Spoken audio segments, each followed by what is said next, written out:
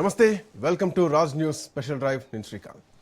Exactly ఎంతటి రాజైనా ఎంతటి చక్రవర్తి అయినా ఒకసారి సమయం సందర్భం వస్తే మట్టి కరవాల్సిందే అని అప్పుడప్పుడు రాజకీయాల్లో కనిపిస్తూ ఉంటాయి. అది అప్రతిహితంగా పరిపాలన సాగించినటువంటి మమతా బెనర్జీ అయితేనేమి, ఎన్టీఆర్ అయితేనేమి, కేసీఆర్ అయితేనేమి, స్టాలిన్ అయితేనేమి, ఎవరైనా కానీ ప్రజా తీర్పుకు ఖచ్చితంగా తల వంచాల్సిందే అని కొన్ని ఎన్నికలు చూపిస్తూ ఉంటాయి.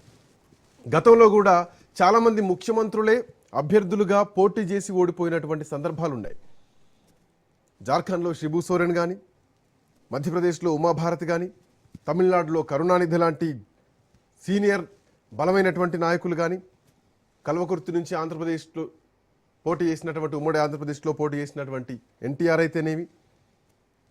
సో ఇట్లా చాలామంది ముఖ్యమంత్రి స్టేచర్లో కూడా ఓడిపోయినటువంటి వాళ్ళు కళ్ళ ముందు కనిపిస్తూ ఉంటారు. బట్ ఇక్కడ నేర్చుకోవాల్సింది ఏంటంటే, ప్రజలకు పరిపాలన సవ్యంగా ఉంటే, ఆ పరిపాలన సరిగ్గా ఉంటే ఖచ్చితంగా ప్రజలు గెలిపిస్తూ ఉంటారు.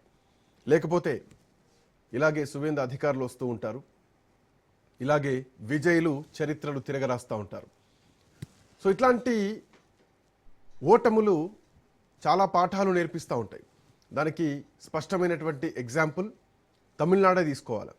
ఎందుకంటే తన సొంత నియోజకవర్గంలో ఇప్పటికీ 4-5 సార్లు గెలిచినటువంటి స్టాలిన్ ఏకంగా ఓటమి పాలయ్యారు. అది కూడా టీవీకే అభ్యర్థి చేతిలో సొంత నియోజకవర్గాన్ని కూడా కాపాడుకోలేనటువంటి పరిస్థితి. ప్రభుత్వం పైన వ్యతిరేకత పెరిగితే కొన్నిసార్లు ఆ ముఖ్యమంత్రి పైన, తెలంగాణ లాంటి ఎగ్జాంపుల్ చూసుకుంటే, ముఖ్యమంత్రి అంటే కేసీఆర్ మీద అంత వ్యతిరేకత లేకపోయినా కానీ ఎమ్మెల్యేల మీద వ్యతిరేకత ఉండే. బట్ అట్లాంటి పరిస్థితుల నుంచి ఏకంగా ముఖ్యమంత్రి పైనే వ్యతిరేకత వచ్చి ముఖ్యమంత్రి ఓడిపోతున్నారంటే ఇవి చాలా గుణపాఠాలు నేర్చుకోవాలి. దేశ రాజకీయాలు అప్పుడప్పుడు ఇలాంటివి జరుగుతూ ఉంటాయి.